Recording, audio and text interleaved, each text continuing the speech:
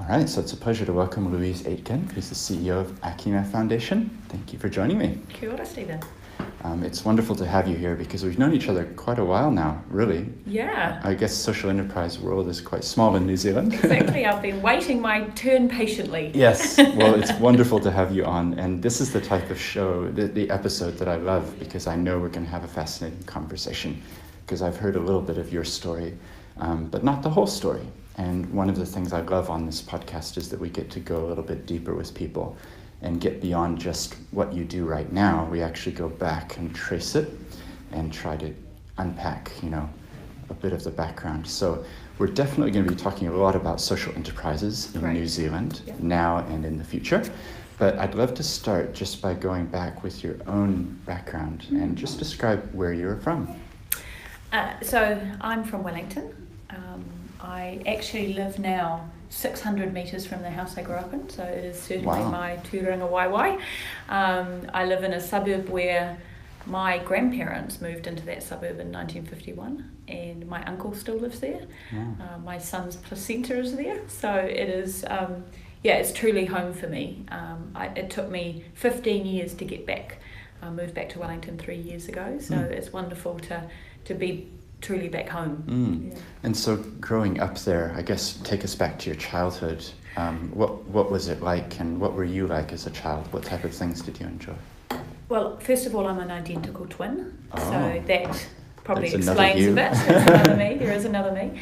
And so my sister Natalie and I were she's my only sibling, so we just used to having a twin, not a singleton. Right. And my parents, my father was from Scotland and my mother came via Ireland, and we just grew up in a really a real foreign world. We had all Dad's friends were all from the UK, Scotland, Ireland, Wales, England. And we were just so used to having, just this diversity, this thought of what, that people came to New Zealand for a reason. My dad left Scotland when he was quite young and looking for a better life. And we created that in Wellington with my mum. And it was, it was a wonderful upbringing.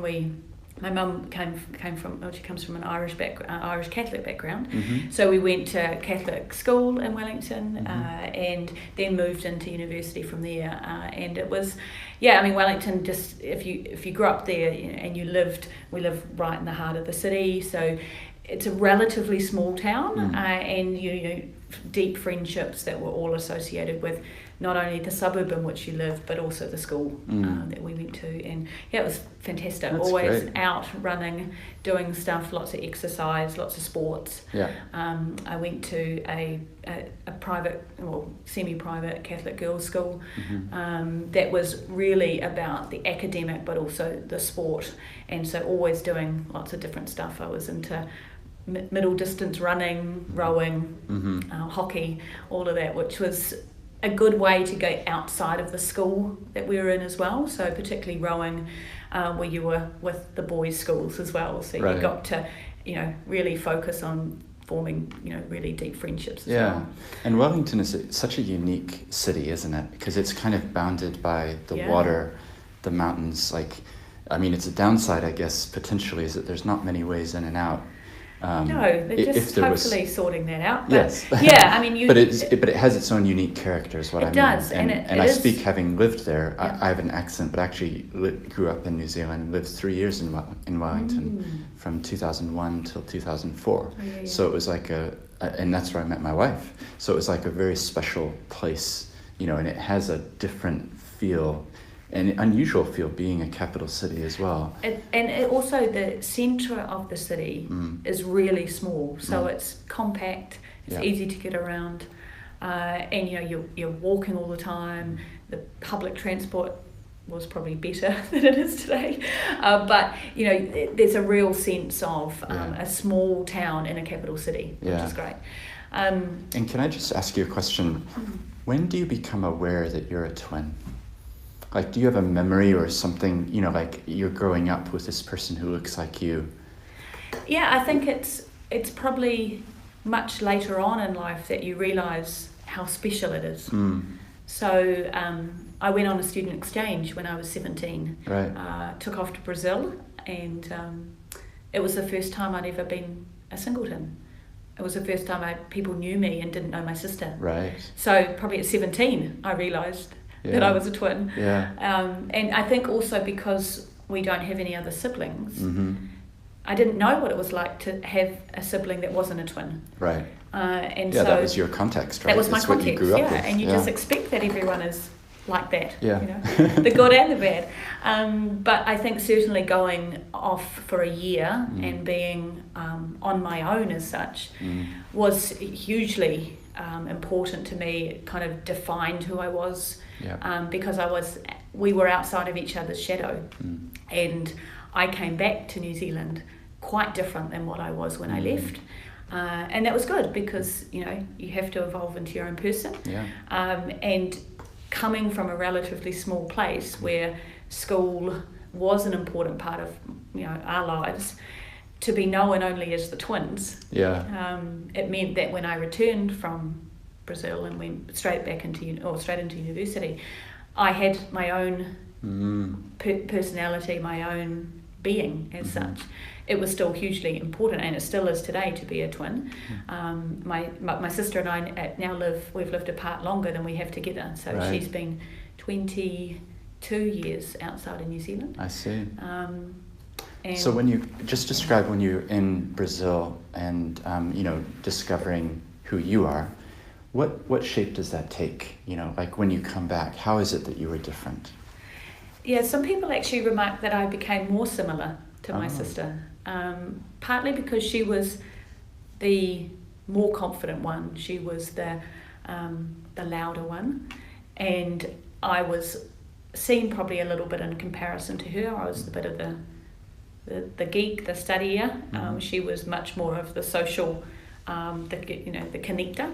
And so when I returned, people would often say, "Gosh, you're even more similar now," which was interesting because I think we both got confidence in who we were at 17, 18, and then went into university, studied different things. Right. After university, my sister took off to the UK and I remained in New Zealand for a bit. So that was good that we became our own people. But it's wonderful being a twin. I wouldn't have it any other way. You know, we argue like anything, but that's what you're meant to do with children. Yeah, and I mean, siblings, it has a special relationship anyway. You know, like that's your context, what you grew up with. But having a twin that you've kind of, you know, you've been together the whole of your, like literally the whole of your childhood, right? Like and we had, you know, it was a pretty fantastic childhood. My parents had always instilled that, you know, travel was important, seeing other cultures, experiencing other things. So they did everything they could to enable that for us.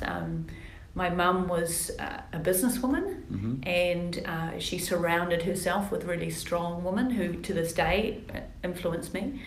And that was really great to see. My mum was the primary breadwinner, as an example, which was not common.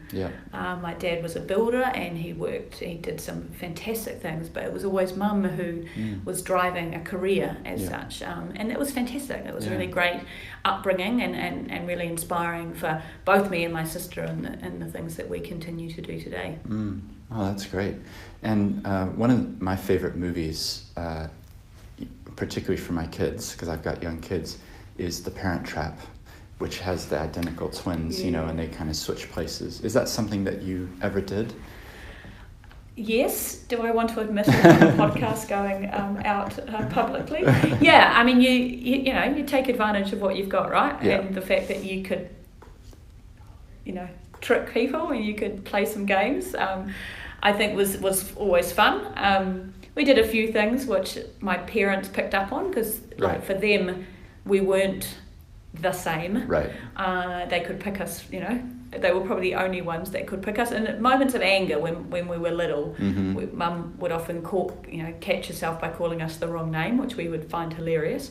But, you know, Mum and Dad certainly could spot when we were maybe doing things that we maybe shouldn't have been doing. But certainly the school system identified that it wasn't good to put twins in the same class as we were in, you know, sort of college. And I think to this day they probably do the same thing. So, I will admit that I did sit at, a few tests for my sister on the subjects that I was good at. Right.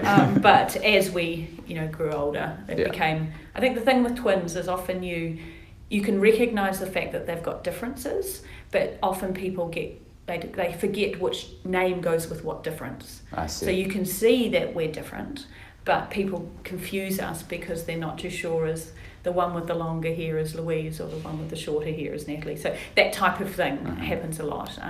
But sometimes, people would start talking to me and telling me things, and I'd have to kindly interrupt them that I'm not Natalie. Yeah, you think... I was there. Yeah. Oh, sorry. Let me just... I wonder if it's still recording even through a phone call. That's good. I can edit the audio and it will be an interesting interlude for the video. So yeah, that's fascinating. But leaving aside the twin aspect of your childhood, you mentioned your parents were immigrants. What shape do you think that took for you in who you've become as a child of immigrants who moved to New Zealand from Europe? Yeah, so it's interesting. So my grandfather was from Galway, on mum's side, and then Dad obviously from pretty tough upbringing in Glasgow. And for us, it was just that was what was normal. It was normal to understand that, particularly my dad chose to come to New Zealand for a better life, and that instilled in us the importance of where we were from. Yeah. I'm very proud of where Dad came from particularly, and it was wonderful to go back and see where Mum's family were from, but it was always about the pride of being from New Zealand, because that's what our family chose, that this is a place where we're from. And it was a conscious choice to move to the other side of the world and for great reason. Great reason. And also I think because particularly my parents' friends growing up in Wellington, they were all, at least one of every couple was an immigrant. Right. And they all came to start families and build a life. And yes, they had ties back, but it wasn't often. Money was, was tight. It wasn't often that people went home. If they did go home, it was probably for a sad reason, somebody passing in their family. And so it was all about, you are connected and you are a community. My dad was a big football player, and he built his friendship around football in Wellington. And so that's what we were just used to. Right. So I'd never, I was very proud that my sister and I were, the first Aikens born in New Zealand. We were very, very proud of that. And I think to this day, we've never looked at New Zealand as anything else but home, even if you can only trace back, at, one or two generations, and that's fantastic. My dad, it took him 30 years to become a New Zealander, but when he got his New Zealand citizenship, he was extremely proud. He'd still mock us senseless about our accents, and my friends would mock him terribly because he was very hard to understand. Right. But it was it was his choice. It was where his home was, and that was something I think during that time in the 1960s when so many British immigrants came to New Zealand, that their children connected so deeply to the country, and that's certainly what I saw in my parents' friends and their children. No, that's really helpful. It's an amazing thing to think about, even not that long ago, how far it was further than now. Like my wife's father worked as a lecturer at University of Auckland. He's from the UK, and he describes kind of taking 6 or 7 airplane trips, to finally arrive in Auckland. And he'd gotten the job via letter, like, will I, won't I? It takes a couple of weeks to find out. And now it's so instant, communication. Yeah, my dad probably went back, 3 times, I think, in his life, went back home.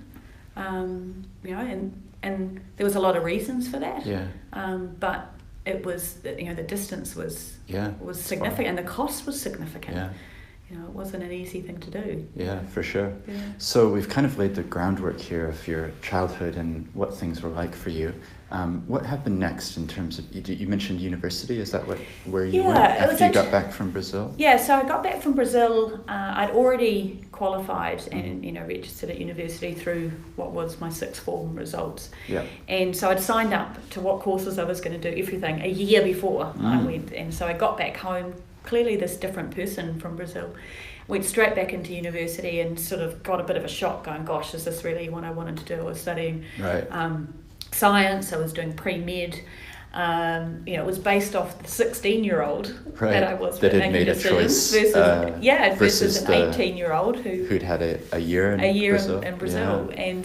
And the Brazil experience must have been fascinating in terms of relationship and culture, because it's very different. It's very different, and also the Brazil that I experience is very different from the Brazil that most people experience. Right. I lived in a very, very small town in the state of São Paulo, so the interior of São Paulo, about 4 hours north of the city. I was the first foreigner to ever live there. Right. I lived with a family who didn't speak a word of English. It's good for learning Portuguese. Then. It was, somebody said to me, Louise, you're very quiet. And I said, you wait till I can speak. Yeah. And it took me about 3 months to become fluent in Portuguese. And it was extraordinary. It was an extraordinary time. There was an impeachment of the president during that time. And so seeing that and seeing 1,000% inflation per month, seeing the creation of black markets that was about the US dollars that I had and how it could benefit others, because the family that I lived with would get paid once a month.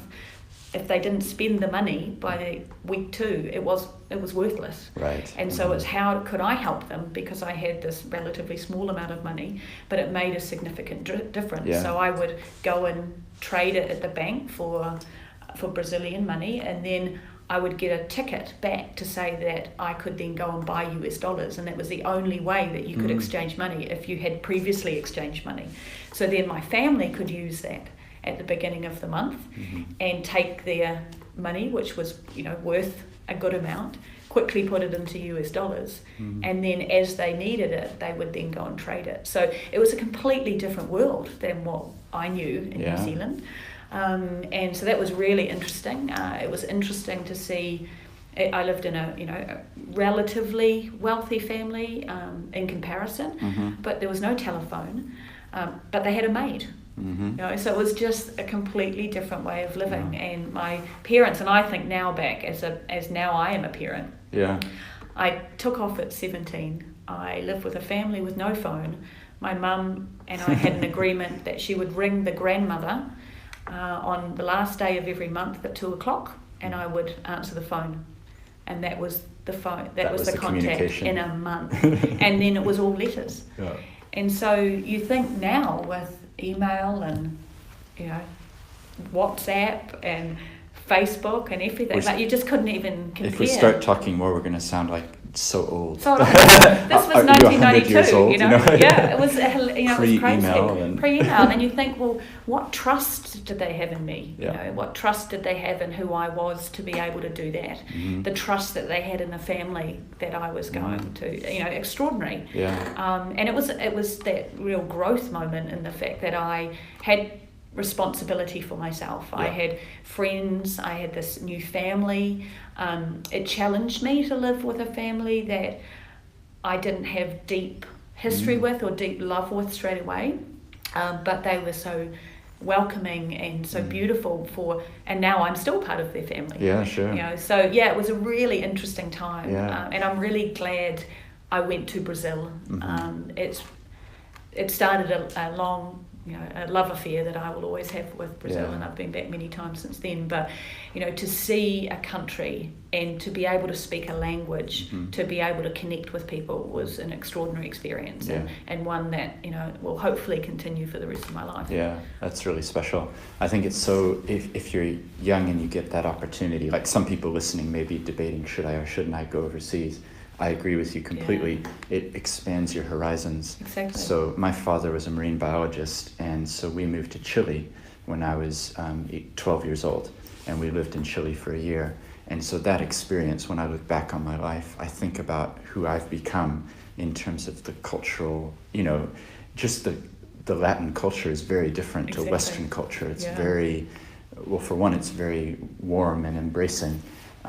But just also seeing poverty in a way that I never had seen before opens your eyes to the world, doesn't it? Yeah, it does. Yeah. And, even just the space. Yeah. The humongousness of it all was so extraordinary. Particularly Brazil. And just travelling anywhere was, everything took a long time, but that was the great thing. And I think certainly being able to communicate was the most significant thing. You got to see a different Brazil. Yeah. Like in any country you go to, if you can speak the language. And I've done this through Africa. When I go to a Portuguese speaking country, you just immediately get a different experience. And that's a phenomenal thing to have, So describe the 17-year-old Louise who's coming back and going to university, or 18-year-old maybe by this time. Yeah. And you're studying sort of medicine type topics. Yeah, I did all the classic pre-med, biology, physics, statistics, all of that. And I got more social, as you do when you get to university, made some great friends that are still some of my best friends, and just started to see more than just the inside of a book, probably to the detriment of my grades, and also was questioning, is this really what I want to do? So I ran for student council, which was fun. So I was on the student executive at Victoria in my second year with it was two of my very close friends, and we had some fun with that. Did a lot of social things. I was doing a lot of skiing and snowboarding, but I knew that I wasn't committing to the studies as much as I needed to. So I actually decided to step away from university. I actually went back to Brazil for a bit. And that was good because it gave me a sense of, okay, I've got to figure out what I want to do next. So I came back home. Yeah. And I'd been doing some part-time work for the New Zealand Police, and I was doing some work up at the national headquarters, working on some policy, and I decided that maybe a sworn role within the New Zealand Police was going to be my future, which now I look back on, and particularly my husband thinks is hilarious. But so I started that. I was working as well full time, and that was really where I saw my life going. I took the opportunity to go back to university and finish my degree, but changed the degree. I did a degree in criminology, and was really thinking that this is where this is my career path, getting into the police and then going through that. But then my dad got sick, and I looked after him, which was a real gift. It was a real moment in my life to be able to have that. And then when he passed away, prior to him dying, I decided, right, I can't wait for this police thing. The waiting list was very, very long to get into police college at that time, and they were looking for diversity particularly. So I didn't quite hit the targets at certain intakes, which is understandable. And so my sister had been working in call centres overseas, and she was talking about how call centres were the future. It was something that was really starting up. And so I started working for Inland Revenue at the business call centre, which was fascinating as the first job, and real, proper job, which was you're interacting with a lot of humans. Yeah, a lot of humans, and selling something, or working on something that isn't that much fun. You're not selling holidays. You're talking tax, and but it was great to see how a business worked. It was a business call centre, so we worked a lot with accountants.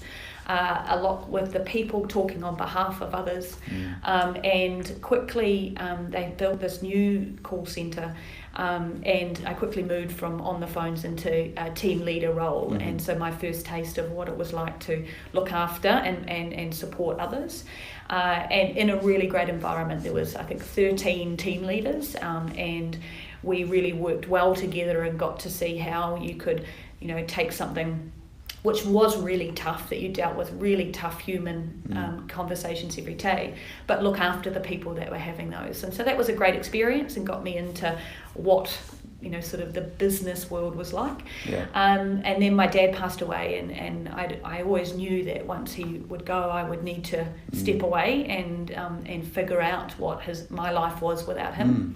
So I took off to the UK after that. Yeah. Can you just pause there for a second, because I don't want to gloss over your father's passing. Tell me more about why it was so important, or what it is that you learned from that. Yeah, because I think these points in people's lives are so critical. You know, like that was a point for you. I'd just love to unpack a little bit more about. Yeah, it certainly was. I mean, there's probably 2 or 3 big moments in somebody's life that puts you on a different path, and that was certainly one. I was young, so my sister and I were only 25 when Dad died. Yeah.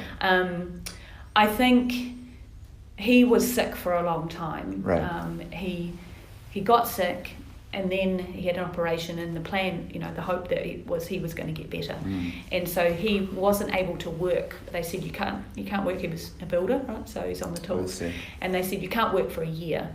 And so he really got back into life.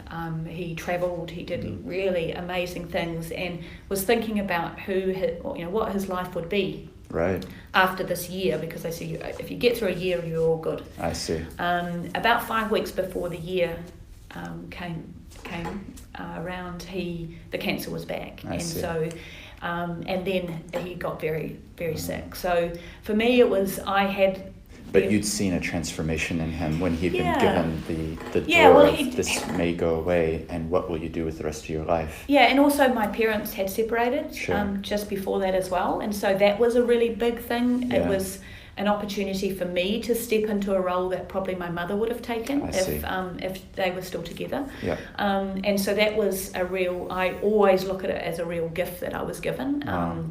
It was extremely difficult, and the only way that you can get through it is by who you surround yourself with. So I had extraordinary friends, and certainly my dad's friends and my mum's family were hugely, they looked after me a lot. Yeah. But my sister was living overseas as well, so it was about her making sure that she was able to contribute when she could, but also deal with her own situation and the fact that she wasn't back in New Zealand, and so that became really hard for her, of course. So there was lots of dynamics within that, but ultimately we celebrated Dad's life pretty well. And the one thing I found really extraordinary was at his funeral, and even in the days before he died, all my friends were there. At his funeral, it was all about what he gave them as well, which was extraordinary. Yeah.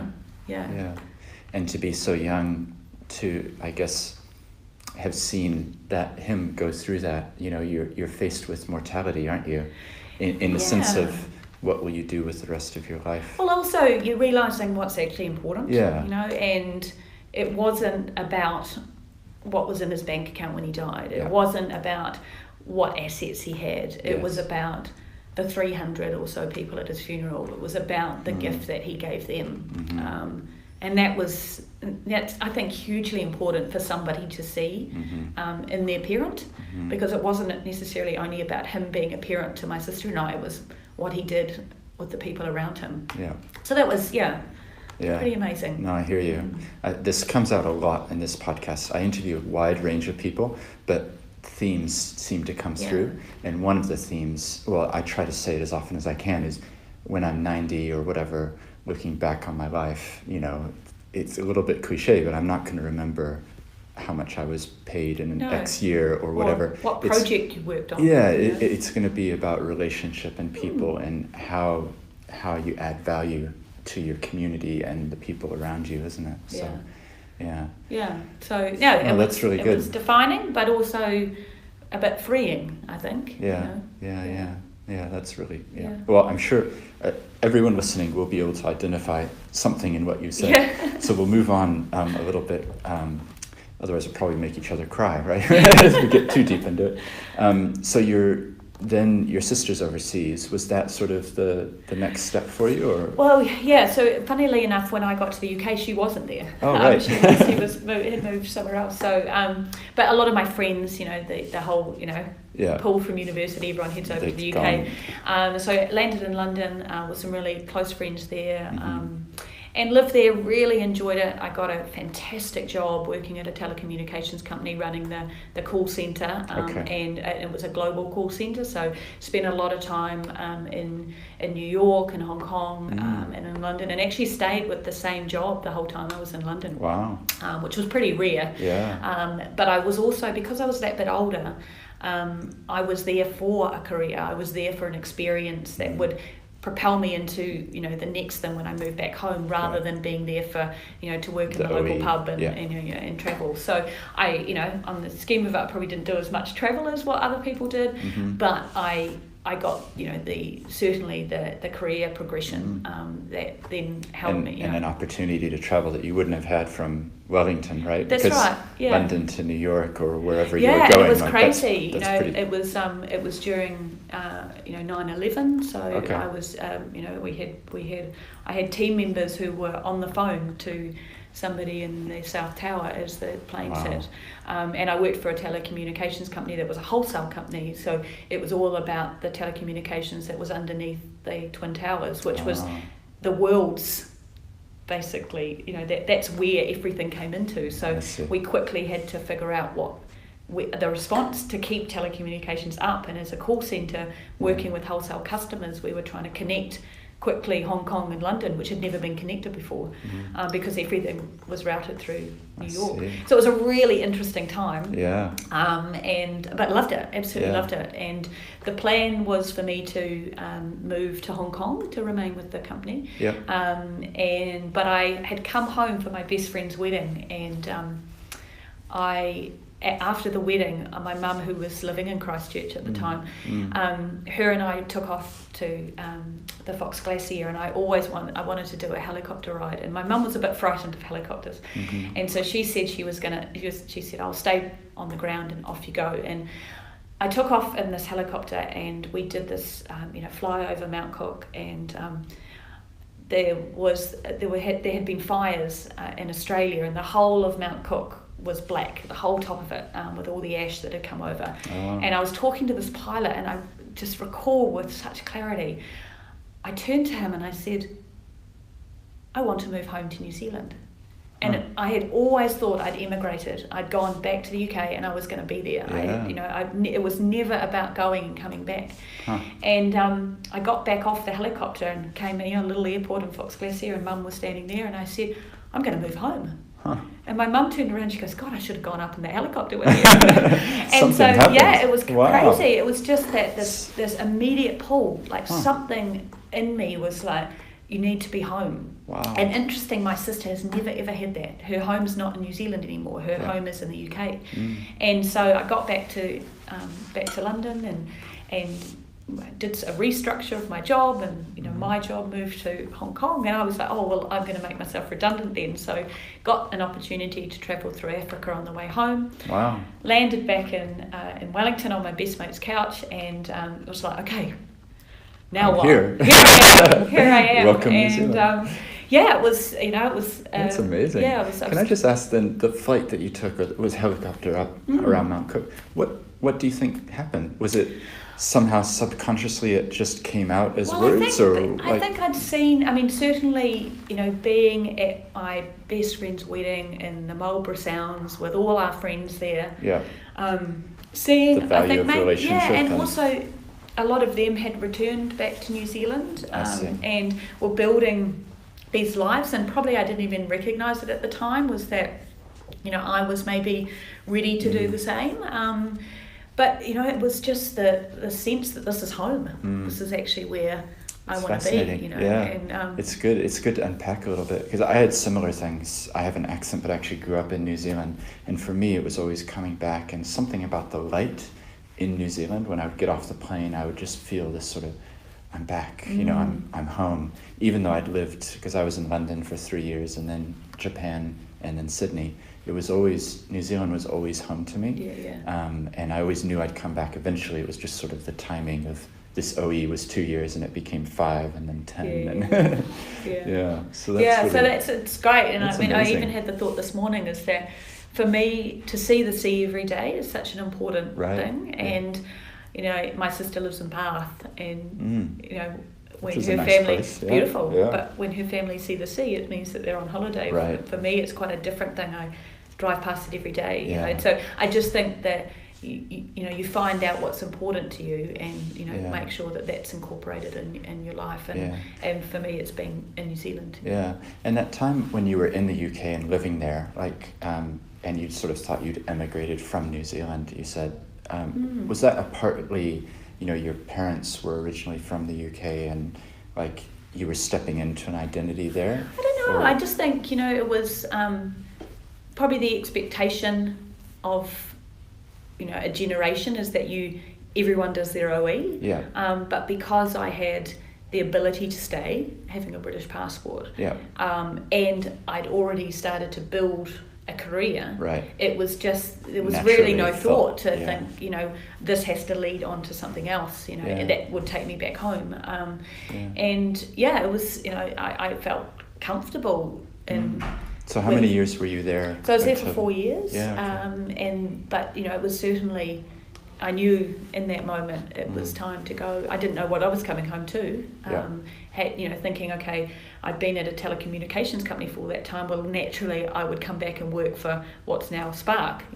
So I had a few conversations. I'm like, not really too sure. And so a very good friend of mine that was at university with me, she worked at this thing called Fonterra, and I didn't know what Fonterra was. It had just been formed. It was, and I didn't 2001 sort of. 2000, 2002. And so I didn't really know what that was, and she had said, they're building a call centre up here, you might be interested, and I was like, I don't really want to run a call centre, but they needed some people to come in and do kind of continuous improvement, looking at big changes they were doing within systems and processes, and I was like, sounds pretty good. Got in my little car and packed it all up and drove to Auckland, and then there I was living in Auckland. So I think that the sliding door thing, the door opened, and it was like, there's an opportunity here. And I was single. I was, it was the opportunity to say sure. And also I had some really close friends living in Auckland too, so I knew that it wasn't going to be unfamiliar. There was going to be a lot of connection and friendships and that I had there. So it was a pretty easy decision to make, and one that I'm very proud that I did make. And just the echoes from when your father passed away and the realization of relationship and giving back, I guess, to the community, was that playing a part in those work decisions, like going to work for Fonterra, for example? No, I think it certainly, because I want to contrast that with what you're doing now, which I think it probably didn't. I don't ever recall it being part of it. I think that my mum, she was in Christchurch. She was doing a lot of really cool stuff, particularly with women from refugee backgrounds, teaching English and doing things that were really inspiring. And I was like, but I think I probably thought that was stuff that you did as volunteers. That was stuff, so it didn't really come into my. There was no social enterprise. No, but you did, business. Fonterra, and it was a business. And so. It was all about at that. Certainly for the role that I had in the UK, I was on I was on a career path.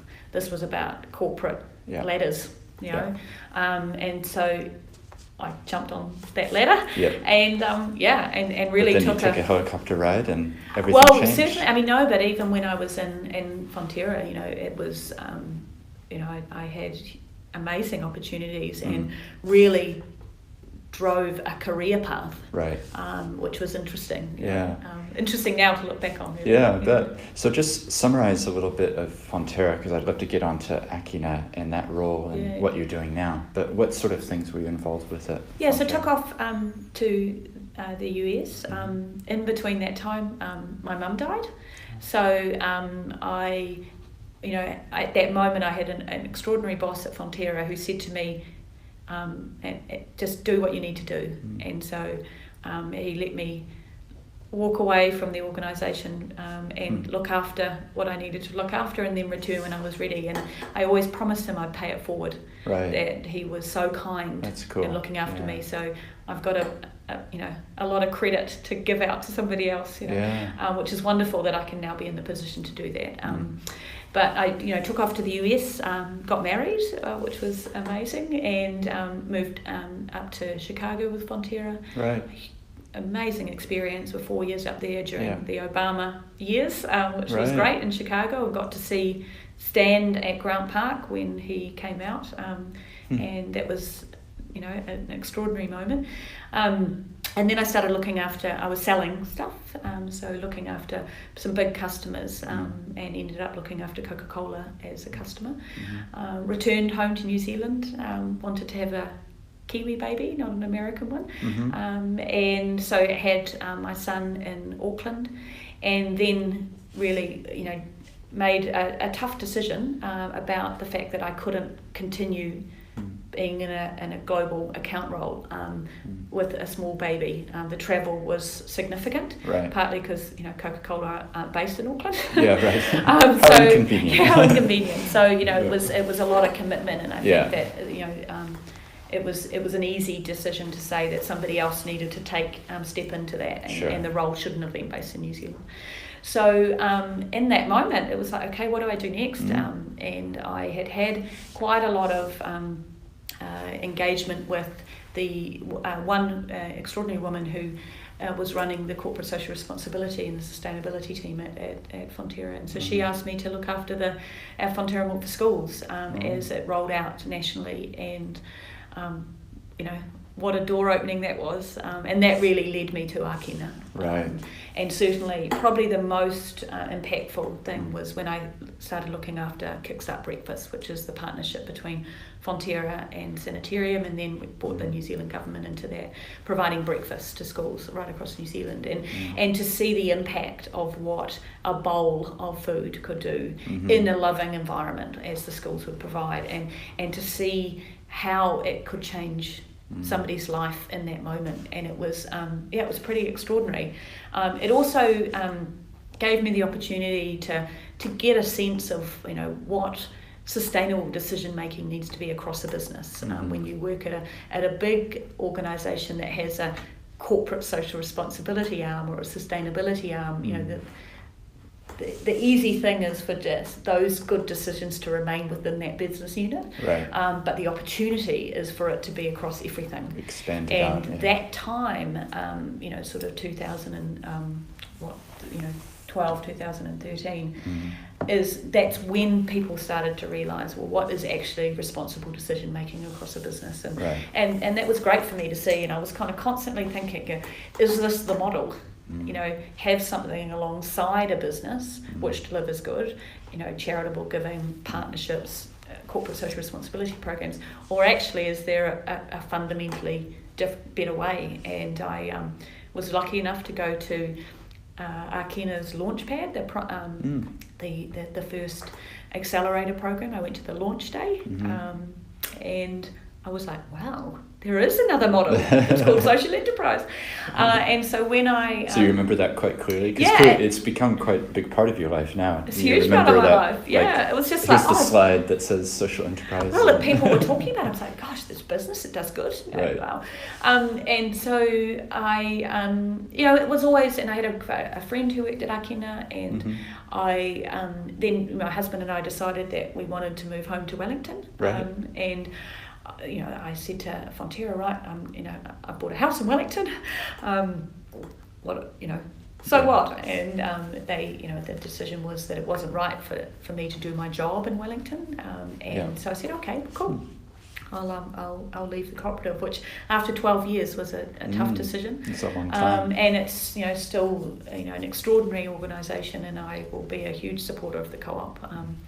But it was the right time for me, and so I'd met with Alex Hannant a couple of times, and we had a few great conversations, and he needed somebody coming in with a different set of skills to support him, and a few interviews later, I joined the Arcana team, which was And at that time, amazing. How many people was it? Because it's kind of changed over the years. Yeah, hasn't it's gone it? up and down. Yeah. There was probably at the time maybe about 15, 16 full-time equivalents. I mean, it certainly went down and then it's come back up again. But, there were extraordinary people, just extraordinary skills and from completely different backgrounds. And it took me about a year to feel that I had a voice and I was contributing because I'd come from an organisation where people knew me. People knew the work that I did.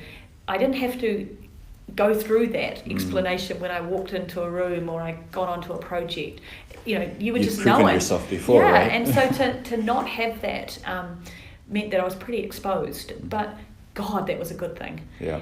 Because you do get in a bit of, it's a bit easy otherwise, I reckon sometimes it's those challenging points, it forces you to really push through and come up with new innovations and, actually grow. Exactly. And, I wasn't the expert at all. Yeah, sure. I was just learning this thing. And from people who had such deep experience in community development and social enterprise internationally, it was an amazing, difficult learning journey, and it still is, and So when did you join then? Was that 2000? So 2.5 years ago. Yeah. So 2016.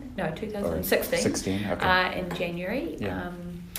February. Beginning of February, and amazing time. We were growing as an organisation. We had the World Forum.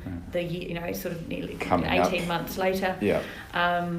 We also were really thinking about the sustainability of the organisation, what was required. There was different. Things were happening and funding agreements and all this stuff. So, from going into an organisation with 22,000 employees with budgets that were set and handed out to people and you just manage those, to suddenly having to worry about payroll, to worry about what was happening in 6 months' time, to hold people's, lives in your hand and the decisions that you're making was, you have such responsibility that it was a really great opportunity. Tough, lots of really tough times. But man, I mean, there has not been one day where I've thought, would I be anywhere else? That's so good to hear. Often in this podcast we talk about purpose and whether people are kind of aligned with their purpose. And it sounds like you found a place that really fits well. Absolutely. And it kind of, the thing that strikes me is it kind of takes the background that you've got from the big corporate CSR perspective, but also having lived in Chicago and London and traveled to Hong Kong and all that, but then crystallizes it into something that you can actually contribute in a new way. Right? Yeah, and I mean, the great thing is about if you work in a small organisation that attracts really, really great people, everyone brings a different set of experiences and a different insight, and as long as you can create the culture whereby everyone feels they can contribute and you do have great decision making, that you can take people's insight and thoughts and experience and add that out to be a greater outcome, then brilliant, and I'll admit that, Ākina doesn't always get it right. And, we're constantly evolving and learning as a relatively small new organisation. Yeah. But, just the people that I get to work with every day inside Ākina, but also the organisations that I come in contact with. And if I can help them by creating something for them to be more successful, whether it's a procurement market or an investment fund or a conversation that leads them to be more successful and deliver impact, then that's my purpose in life. Yeah, that's so good. Yeah, I love it. Can you describe a little bit, because some listeners won't be as familiar with Ākina Foundation and what your remit is and what you're trying to do? Because we've got people listening in the UK and the US and other places. Yeah, so we're constantly evolving that as Arcana, and I think that as a new sector evolves in any sector, those organisations that are part of that establishment and involvement have to continually reassess what they're there to do and adapt as new things happen. So this year we've really looked at what our purpose is as an organisation with this changing world and this changing acceptance that social enterprise or enterprise can deliver and should deliver social and environmental impact. So our role is not only as a partner now to government but also as an organisation within the sector is we want to transform the economy. We want to enable the conditions for enterprises that deliver impact to be seen as what enterprise should be. Social enterprise will always be at the heart of what we do because we truly believe the model of social enterprise is the epitome of what business should be. You should have the environment and the people at the heart of what you do in any decision, and social enterprise is a great way to do that. But we also recognise that it fits within a spectrum. If we can get all enterprise to think smarter and better to deliver social and environmental impact, then gosh, won't the world be a better place?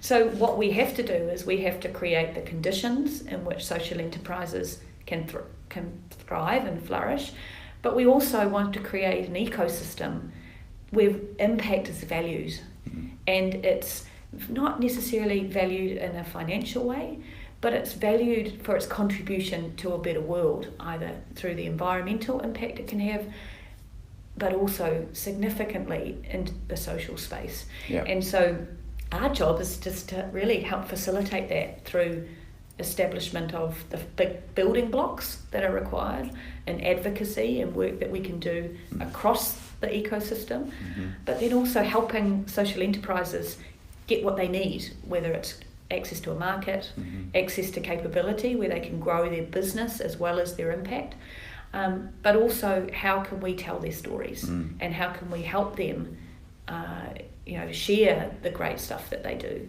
And what a privilege it is to do that. Well, that's great. I'm going to ask a couple of questions now because, as you know, I do a lot with social enterprises, and I'm only asking these questions because I get asked them a lot, and I know some of the listeners will be curious. The term social enterprise, like you've just said, that many businesses, if all businesses could have this in mind, that the world would be a better place. Do you think there's a risk that social enterprise becomes a little subgroup, that those are the social enterprises and they're the ones who do these things? Or, as a term itself, is it the right term? Because one of the thing I've been coming across recently is the word impact, and impact seems to resonate with people in some ways, impact enterprises or something like that. It's fun, and I think we have to have that conversation.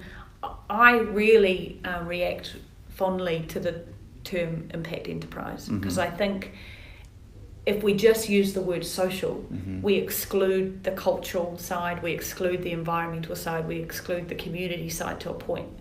And so you're constantly going social and environmental enterprise. So impact is much more inclusive of all of those important impact areas. But I think that we're at a position with a relatively small sector, with it really, but starting to push a little bit more into the mainstream of, we have to ask the question, do we need a definition? If we need a definition, what should it be? If you have a definition, what does that mean? What's restrictive or the benefit of it? Are people in or out? What does that mean? And my very simple thought is if we concentrate on the impact, the rest of it will all happen. And ultimately, all business should be focused on environmental and social impact. Over time, hopefully, all businesses will be what we define, what Arcana defines to be a social enterprise, but that's not going to happen overnight.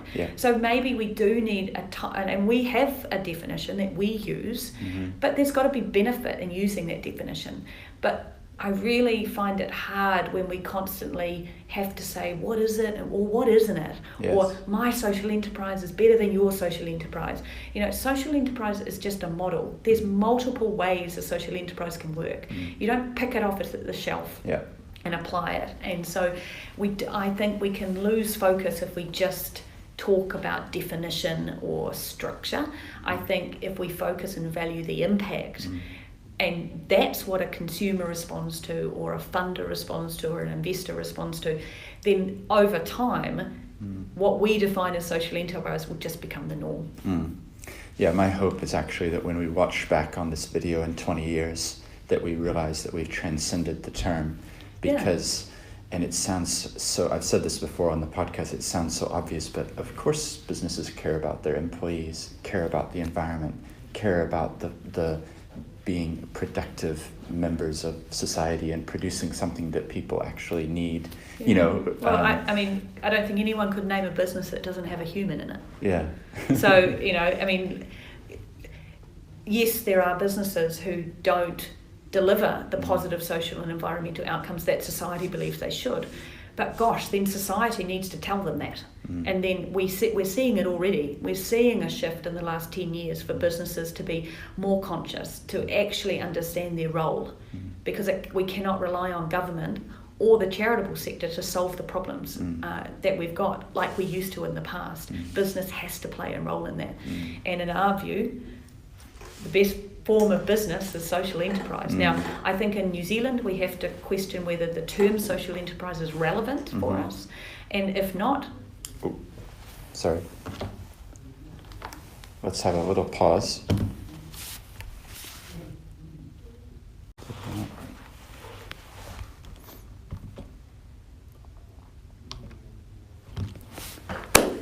What were we up to? We were talking about definitions. Should I ask you a question?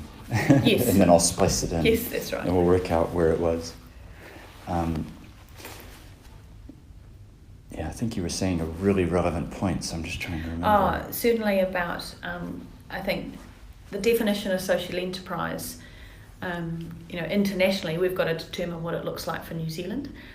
You know, is the term social enterprise relevant in a New Zealand context? I think that we're in an extraordinary position to be able to honour what actual enterprise has been in our history. Māori enterprises have been trading for centuries, and always at the heart of that was the social and the environmental outcome for the iwi, for the hapu, and that's, gosh, what a thing to honour, what a thing to incorporate into how we bring a modern approach to that, and what do we learn from modern Māori enterprises. And there's some extraordinary organisations who 500-year strategies where it is about guardianship, it is about handing it to the next generation to contribute.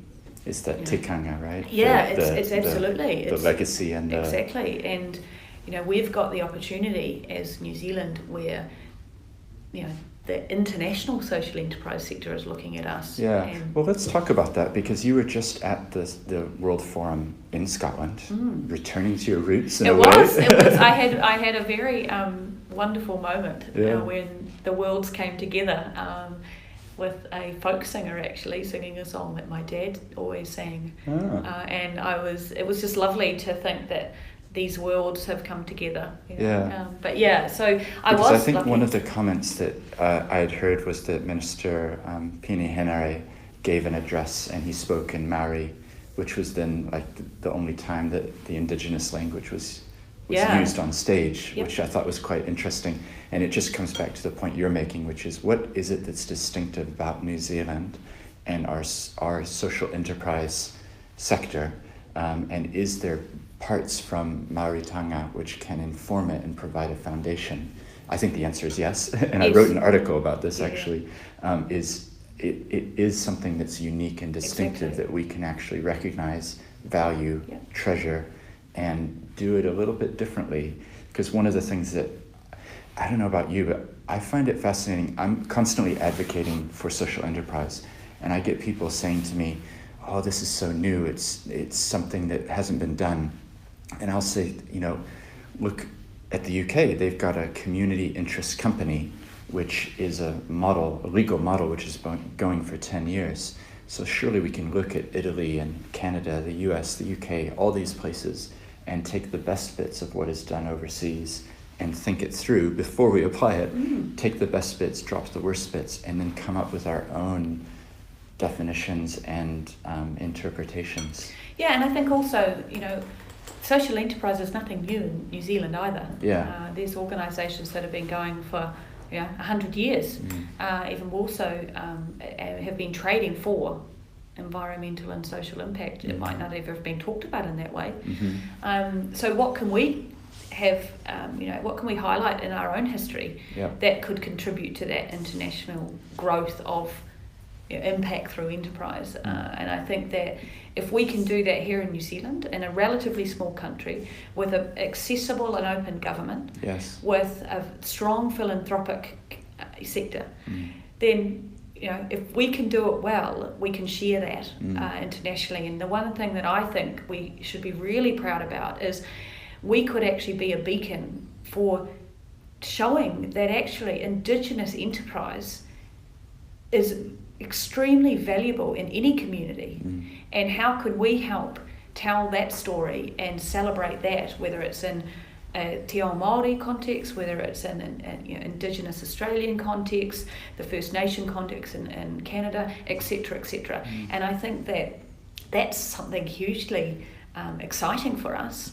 And I think we've got such great stories that New Zealand can tell, which will not only be impressive for other countries, but will be something exciting for our young people, that they can then see themselves in enterprise, maybe for the first time, because we've got this perception of what business is, and a lot of young people wouldn't see themselves in that. They would see it being, it's a relatively conservative, white middle class or upper class older male who's on the board of these big businesses. Well, why don't we celebrate the fact that some of our best entrepreneurs are actually Māori entrepreneurs from 200, 300, 400 years ago, who have done significant trade deals with China, even before the word free trade was even invented. So these types of examples is, well, how can we encourage people to see themselves and to feel confident that their strengths, their skills are something that could find a market.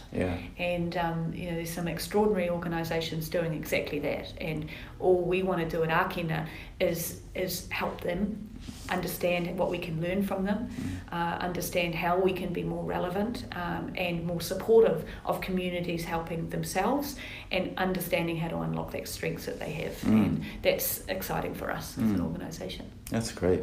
And ultimately it's about telling stories, isn't it? Because people connect with the stories. And sometimes people don't even know what's going on around the corner. And I think that was what the World Forum that was held in Christchurch, that was 1,600 or so people, wasn't it? Sort of coming together. And it was a lot about telling stories and being inspired by, oh, you're doing that?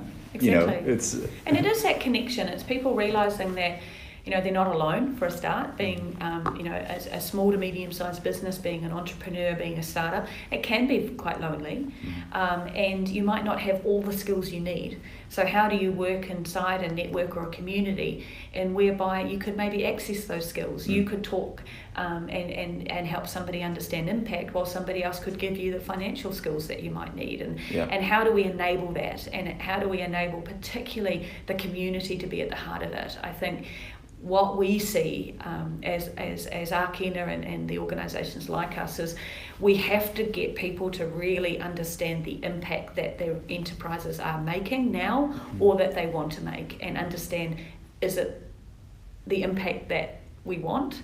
How does it fit within some of these really big systemic problems that we have in our country and internationally? And how can you contribute to the solving of that? And those are hard questions. It's tough to look within your own business, or if in your own idea that you might have, and question, am I the right person to solve that problem? Do I know somebody who has that problem? Have I spoken to them? Am I listening to what they say if I do speak to them? And am I creating a solution that actually meets their needs? That's not easy. It's much easier to create a business model on your own. And so what we want to do as Ākina and other organisations like us is, how do we walk alongside asking those right questions? How do we connect people with others who might be doing great stuff that they could learn from, or they could actually collaborate together and do even better stuff? So that's the role that we can play, as that networker, the facilitator, the enabler of others, not necessarily always having to deliver the capability directly ourselves. Yeah, it makes sense. And I think we were both at the event at the Wellington Zoo now about a month ago at the time we're recording this. And I think one of the things that came out for me from getting, a couple hundred people together was actually something that Samantha Jones said at the very end, which is, it was like the final word, which was great. But it was basically saying, this is hard. Yeah. This is not easy. If you want an easy path, then choose a different business model. Absolutely. Because having to explain how social enterprise works is not easy when you go to the bank and they say, okay, how does this, so I think that's... Well, I think what's harder is you're trying to solve a social or environmental problem. That's not easy. Yeah. It's not, you can't just put a layer of it on top and hope that your intervention might solve the problem that's underneath. Once you learn about the impact, or you deeply understand the problem in which you're trying to contribute a solution to, that becomes a real responsibility. Yeah. It becomes something that you may never do in your lifetime, and how might you help take one step forward in solving it? How do we help one person who can get a better outcome as a result of our intervention? And that's pretty huge. It's and I think sometimes people underestimate that, or they're maybe not solving the problem if they don't get it. Well, I like what you've said as well. What is the problem? Because sometimes people have the great solution, but they haven't really thought through what the actual problem is. And sometimes when I out of Ākina see that social entrepreneurs probably the least. Some of our team are deeply connected and walk alongside organisations every single day. But some of the questions that we have to ask are, have you spoken to anyone who has that problem? Right. If the answer is no, you need to go and do some work. Yeah. Because too often, and I think we've seen this time and time again, and not just in the social enterprise space, but in the enterprise space, is that we might have all good intentions, but if you aren't experiencing that problem, how would you ever know what the solution would be? Yeah. So it's about making sure you've actually got the person at the heart of your enterprise who is you want to help. And if they're 3 or 4 or 5 or 6 degrees away from you, you've got to be questioning whether you're a social enterprise. Yeah. Well, this is where it gets fascinating, is who is a social enterprise and who isn't, I guess. Yeah, and a question I really... I stay away from answering. I mean, Ākina, we have our definition of social enterprise, and there's a reason for that. We want to be able to start somewhere. We want to be able to test it. We're using it for the procurement platform, the Forward, that we've just recently launched to connect certified social enterprises with buyers. But we've done that for a reason. We've done that to reduce risk to those buyers. But what it has meant is that, yes, sometimes you have to have a tough conversation with somebody. But we've still got to, as a collective society, actually ask that question of what is a social enterprise. But I don't want to get into a debate about what is and what isn't. And my view is, let's focus on the impact. Well, that's where I always come back to, because I like you, I talk with a lot of social enterprises and meet with a lot of people. And I've been reading a lot as well, because as you know, there's some legal research that's going on right now that Jackson Rowland is kind of heading from within Ākina, but working with Jane Horan up in Auckland, and then I'm giving some legal input on that, which is a really amazing process. We've interviewed a couple dozen social enterprises, but where I'm coming back to or thinking through is this, the term mission and impact, and the overseas writing that I've been looking at, and I'm happy to send you a summary of some of it, is the entity, forget about the legal structure of the entity, let's not talk about it, is the prioritization on the mission and the purpose over the profit. And the reason that that's important is that if you don't differentiate and you just say, well, just do both, then ultimately there's going to be a cross in the road where you have to choose. And if the directors or the trustees or whoever aren't given any guidance, then they may end up going down the profit route, as opposed to, is this pushing forward the mission or the purpose? Which I think it's been helpful for me to get away from the complexity of, what percentage goes to this, and what phrasing do you use to express if you're a social enterprise or not. It's actually a bigger picture, is my point. It is, and I think, that the governance of that purpose should be absolutely critical to the organisation, and whatever structure they use, whatever the term they use to describe themselves, whatever financial model they use to fund their impact, that can come with it, but ultimately it is around how is that impact governed, and what, like you say, what decisions are made in order for that impact to continue. And it, we've got to have a question of, does that need to be something that the government needs to mandate? Does that, they do that really, really well at the moment through the charity structure that already exists. So, but what are the things that we want to do to enable the other barriers that exist because of legal structures or lack of understanding, or whatever it may be? How can we help remove those? And in particular, access to capital, right? Access to capital is a critical one, but also so is access to markets. Often when we're going out and talking to social enterprises, they say, well, if I had a legal structure, then I could call myself something. It's like, well, the legal structure doesn't stop you doing that. It won't enable you. What are the other things that are actually at the heart of that? What's the things that we really need to understand before we think about what are any solutions? And that's what I really love about the work that's being done, being led by Jane and Jackson, and the support of you guys and others, is, it isn't starting at the solution. It's actually saying, well, let's talk about the barriers, and let's then have a process of saying, well, what's some solutions to removing those barriers, or hopefully at least reducing them. That's right. Well, that's the positive nature of it, is it the report will come out early next year. That's the plan. So for those listening, watch the space and see what it says. Interesting ride ahead. Definitely. But there's a lot of work going on behind the scenes that people may not be aware of, but things are moving, which is really good. In your role, just connected with the government and things, how will that play out in terms of if a report comes out recommending one thing or another? Where do you sit within policy and government, I guess? How much can you advocate for a particular, let's say, just as an example, we need a new legal structure that sits between charitable trust and limited liability company. Our role will always be as an advocate. It will always be as, a voice to help hopefully influence. We don't control the legislative program of a government. We, don't see the other priorities that exist, and the more I get engaged with government, the more I see the complexity of it all. So all we can do is provide the evidence, provide the stories, provide detail of what the opportunity could be, and then have a conversation about, well, what does that look like from the government lens?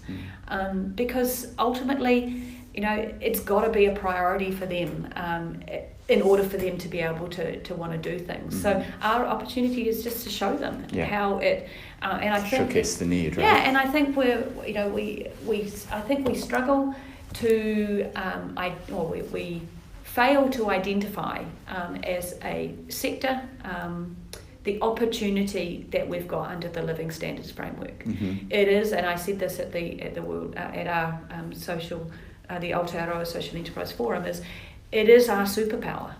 We are now being given as social enterprises, community enterprises, impact enterprises, environmental enterprises, we've been given a framework in which our impact now has currency. Now that's all still to come out as far as the indicators that they will use and how the budget will be set next year. But the power of being able to say, my impact is helping contribute to these things that this government, future governments, whatever shade of government will care about, and it's not just the GDP. But I think what social enterprises have the real power is that we not only contribute to the economic well-being of a country, but we also contribute to the other forms of capital that country cares about. And New Zealand is leading the world when it comes to this. When we were in Scotland, people just couldn't believe that we had a government that talked about things apart from the financial contribution that businesses made. They were jealous of us. One amusing statement was a bunch of Australians sitting next to me when Penny Henare, so our minister, the Minister of Community and Voluntary Sector, got up and spoke so passionately about what enterprise means to him. They turned to me and they said, how unfair, you've got Jacinda and him. But I think we've got a time, and it was certainly supported with the last government as well, we've got a time where social enterprise can be seen as a significant contributor to well-being. We've got an opportunity, but we've got to harness that opportunity, and we've got to be louder, we've got to be more confident, and we've got to understand the contribution that we're making, both from the impact side, but also in the language of a capital society, you've got to be talking about the economic contribution. Because if you don't do that, you are just constantly put to the side. And so going in and talking about both sides of what a social enterprise does means that we're doubly powerful. And so what we want to do is start influencing and showing that to government, so that when we may need a policy lever, or we may need a legislative, action, whatever it is, we've demonstrated the importance of our sector, and we're grateful and confident with our partnership with government that at least we've got the door open. The opportunity is there, but the worry that I have is it cannot be just Ākina's voice.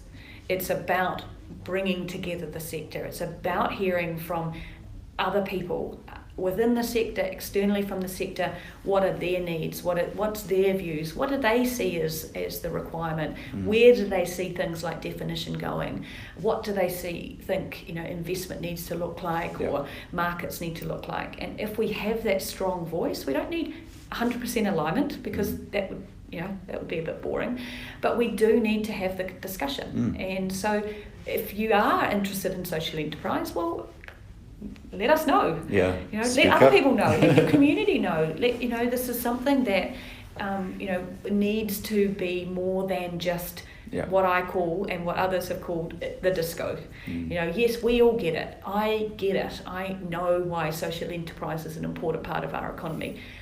We need that more than just the Arcana team or the Stephen Moes of the world. Open the windows. And have the discussion, because the more we do that, the more it will remove misconception or confusion, or the conversation about is it this or is it that, or it isn't this.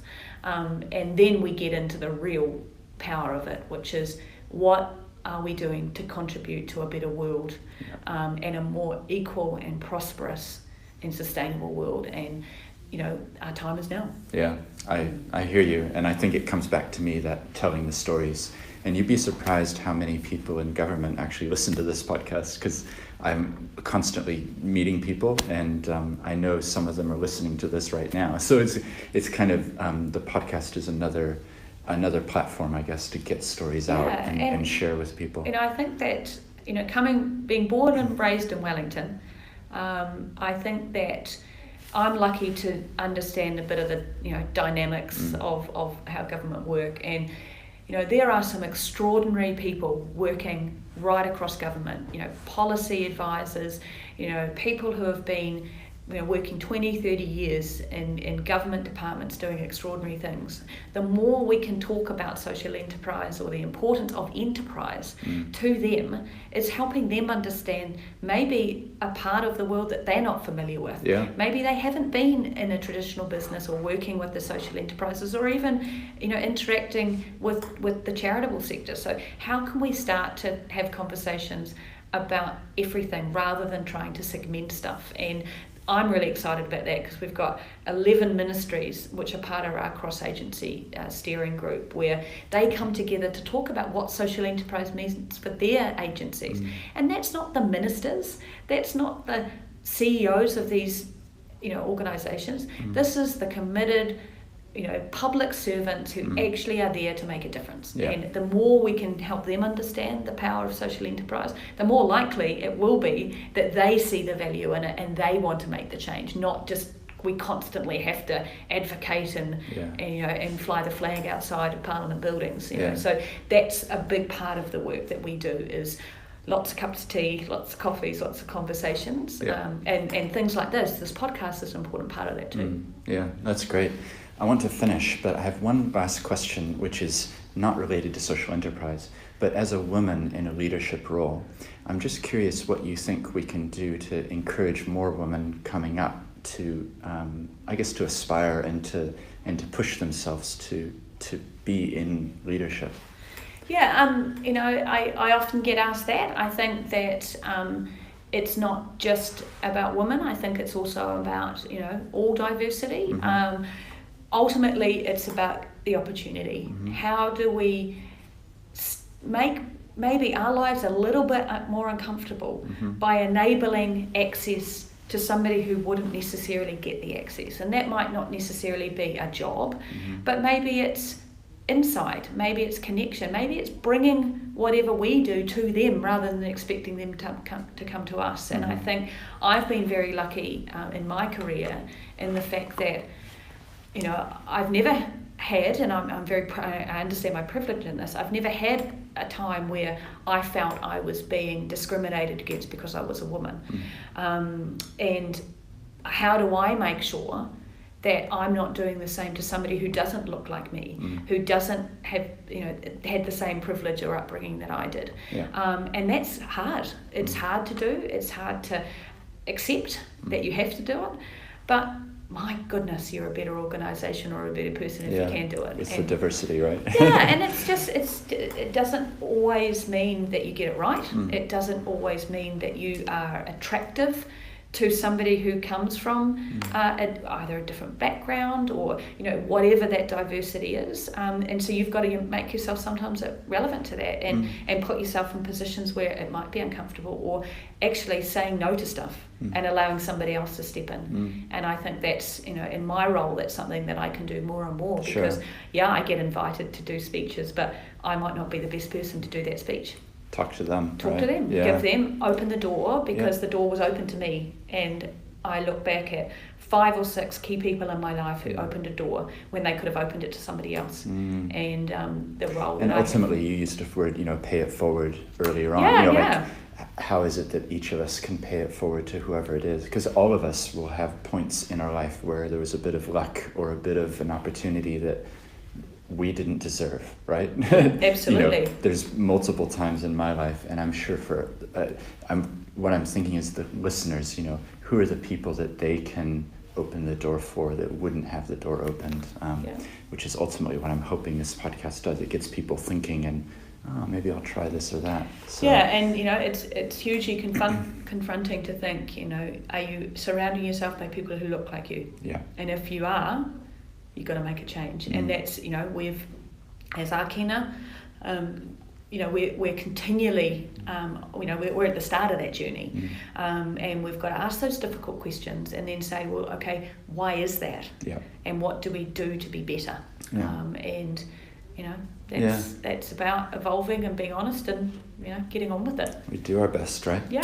Well, it's been a pleasure to have you on the podcast, and having so waited lovely. for months and months to get our schedules and work it out. It's been really interesting, and I think the thing that comes through, like we've talked a lot about social enterprise, but it was the backstory and understanding, Brazil, your father passing, moving to the UK, going on a helicopter trip and realizing you wanted to move home. Like some of those insights, I think, help to paint the picture of what you're doing now and how you're contributing, which is, it's been really special. So thank you for opening. My pleasure. Thank you for inviting me. No problem.